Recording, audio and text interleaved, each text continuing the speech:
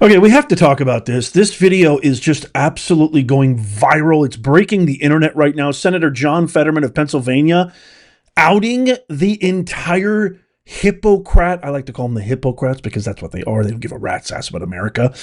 Hippocrat, aka Democratic Party, even going so far as to saying that he knows Democrats who voted for Trump. He outs Kamala. He talks about the entire party. He talks about Trump's political prowess. Let's just jump right into it and watch this. It's not that long. Holy mackerel. Check this out. Are you going to be Donald Trump's favorite Democrat in the Senate? I don't know what that really means because you never know. But what I am is I'm just a regular Democrat. I'm not leaving my party, but I'm not sure why some of the things that I've chosen to do, like meeting with nominees and having views that might be more aligned with some of the Republican side, I think that's part of politics, and that's pretty much consistent with just doing the job and representing the kind of state that we have in Pennsylvania. Looking forward, what are you most optimistic about with a Trump presidency, and what do you fear? Well, it's like I've been warning people, like, you got to chill out, like the constant, freak out. It's not helpful. So, pack a lunch, pace yourself, because he hasn't even taken office yet. Do you think he has the potential to be a successful and a good president? I hope, because I'm not rooting against him. If you're rooting against the president, you are rooting against the nation. And I'm not ever going to be where I want a president to fail. So country first. I know it's become maybe like a cliche, but it happens to be true. What was the single biggest factor behind Kamala Harris and Democrats losing in November? You have a singular political talent. It's undeniable. Trump.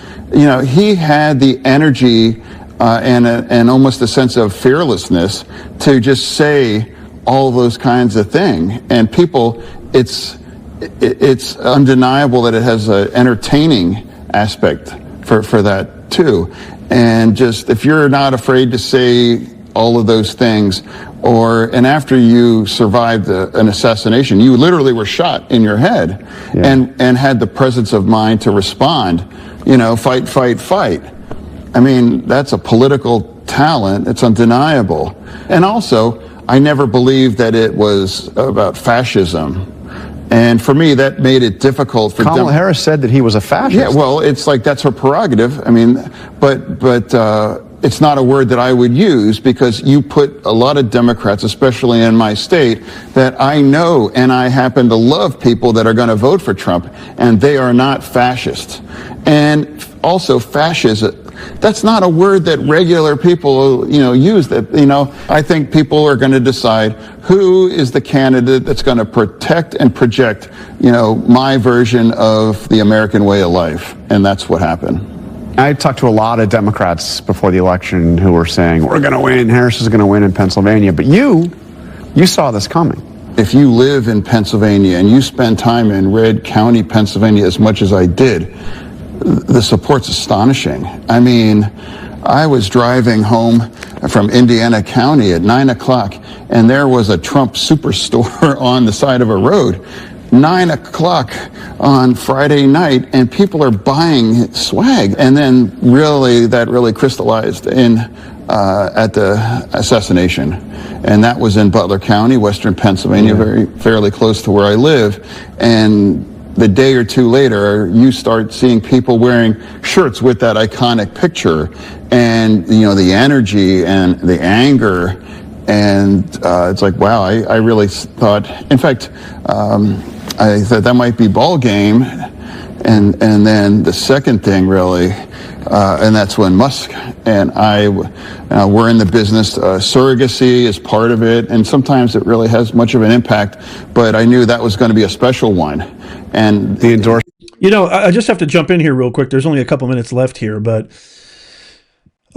this guy's making sense. I've had my doubts, skepticisms, question marks about Fetterman. I don't really like the way he dresses. I don't like the way he's kind of I almost feel like he's sort of demeaned the office a little bit. I do like that he seems to be kind of a rogue politician, sort of an outlier, on the fringes. He's not part of the establishment or the swamp.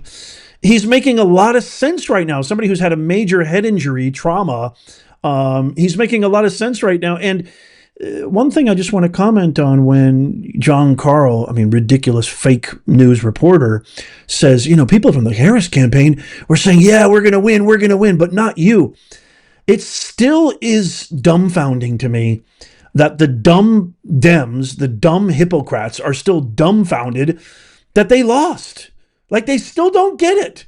They still have no clue why they lost. And they're going to keep collecting gigantic, enormous L's from here to eternity because they just don't listen to the people. They don't care about the people. We've had many Democratic operatives, lifelong Democrats, on our show. I've represented them. I've shown them to you guys. I've shared their stories where they say literally they only talk to donors.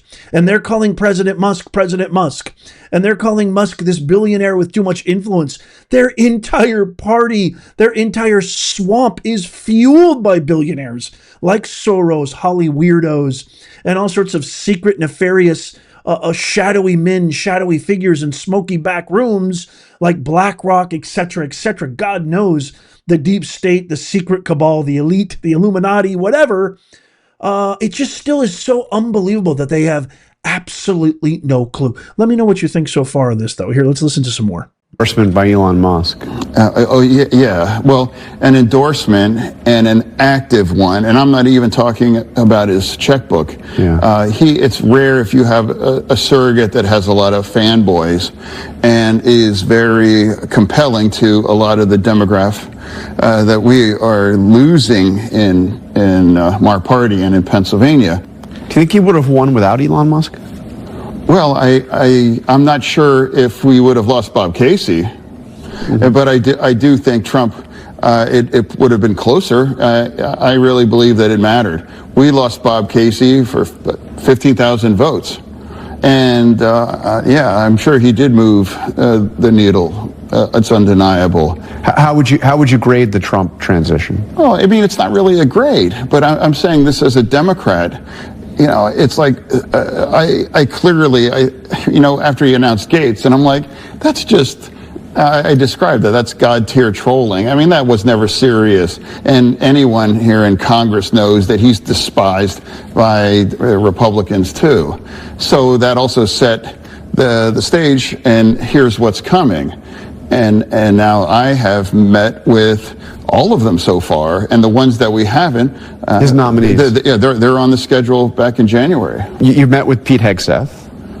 I did, yeah. Do you think he's qualified to be defense secretary? I think we're going to learn more. And that hearing, and there's going to be an FBI background and that. But, my commitment, and I think I'm doing the job, is I'm going to sit down and have a conversation. And the president picked these people, not going to be my first choice, second choice, third choice. But that's democracy. And to me, it would be distressing if he is confirmed, if the Democrats are going to turn our back collectively to the leader of the defense. That's astonishing, and that's dangerous. So you see yourself inclined to be open to supporting these controversial nominees. You might not support them all, but you see yourself... Potentially. Yeah. But there is going to be some that I will vote yes, and there's some maybe that I'll vote no. But nobody can accuse me of just saying I had a closed mind, or I just said no because Trump picked this person, or whatever. I saw you, Elise Stefanik, you have said you're going to vote for her. I saw you with her thumbs up. Yeah, well, and Rubio... for me, it's like, Rubio, for me, it's like he's in the other party, obviously.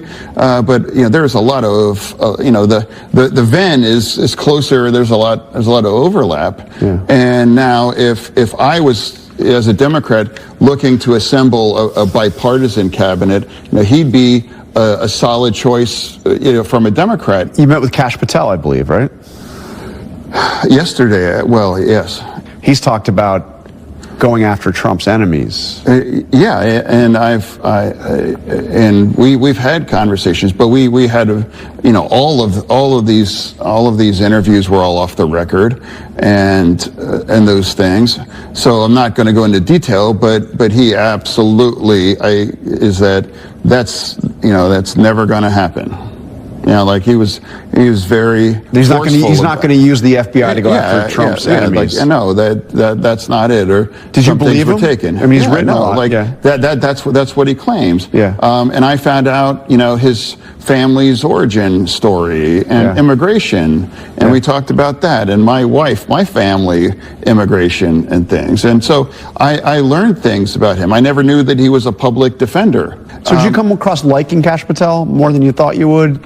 Thinking you could support him? It's I mean, how much you can absorb in 30 minutes. Yeah. But I have learned things, and I have heard things, and I have no regrets for having these. I never left any of those interviews saying, wow, that was a waste of time, or I regret that. Have you talked to Trump since the election? I have not. I have not, no. So I assume he's going to call you at some point. What is your message to him after he sees this? What would I say to him? I'd be like, congratulations, and have an honest conversations of things we could work together, and some things we're going to disagree. I'd like to avoid the cheap heat and some of the other stuff, but it's going to be a kooky ride, I'm sure. And I try to be a committed, steady voice for Pennsylvania, and to remember that we have to find as many wins in the middle of an incredibly divisive times. So let me know what you think in the comments down below about that interview. I mean, it's just weird to me. It's so unbelievably astonishing to me that common sense is now going viral. Common sense is now controversial. That common sense now makes the news. And you've got, it's just, to me, it's just a confirmation that we have lived in the weirdest, kookiest, strangest 4 dark years of our entire republic, perhaps, since the Civil War, maybe, or maybe even beyond that. I don't know. I mean, the transgender lunacy and the woke DEI ideologies and policies and these forever wars and the coup against a president who's not even there, who maybe wasn't even there for years, maybe his entire term. We have no idea who was running the government, who was the executive commander-in-chief. We have no idea. The Wall Street Journal article coming out saying that staffers had to basically cover for him. I mean, this is just insane. I mean, the only choice was Trump. The only sane, rational choice is and always has been Trump. I know that sounds crazy, but given the context and given where we've been the last 4 years, I guess I can kind of understand it. But I don't know. I'm still not sure about Fetterman. Do I trust him? Not by a long shot.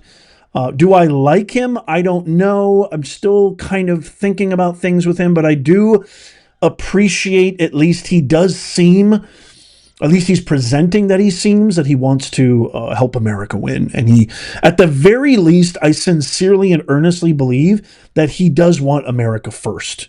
He may not like any of Trump's policies on social issues, fiscal policy, foreign diplomatic relations, etc., but I do feel earnestly in my heart that he does want America first, and I am all for American first. We can help other people. There's nothing wrong with helping other people, but we got to take care of our own first. But I'd love to get your thoughts. Let me know in the comments down below. As always, sign up for our free newsletter in the pinned comment, show notes, and description down below. It's kind of like your SureProof insurance policy, so you never miss out on our groundbreaking reports that we bring out every single day. Check out these videos coming up on the screen right here. If you haven't seen them, tap my face right there to subscribe and follow. It's absolutely free. And as always, may God bless you and may God bless the USA. I'll see you soon.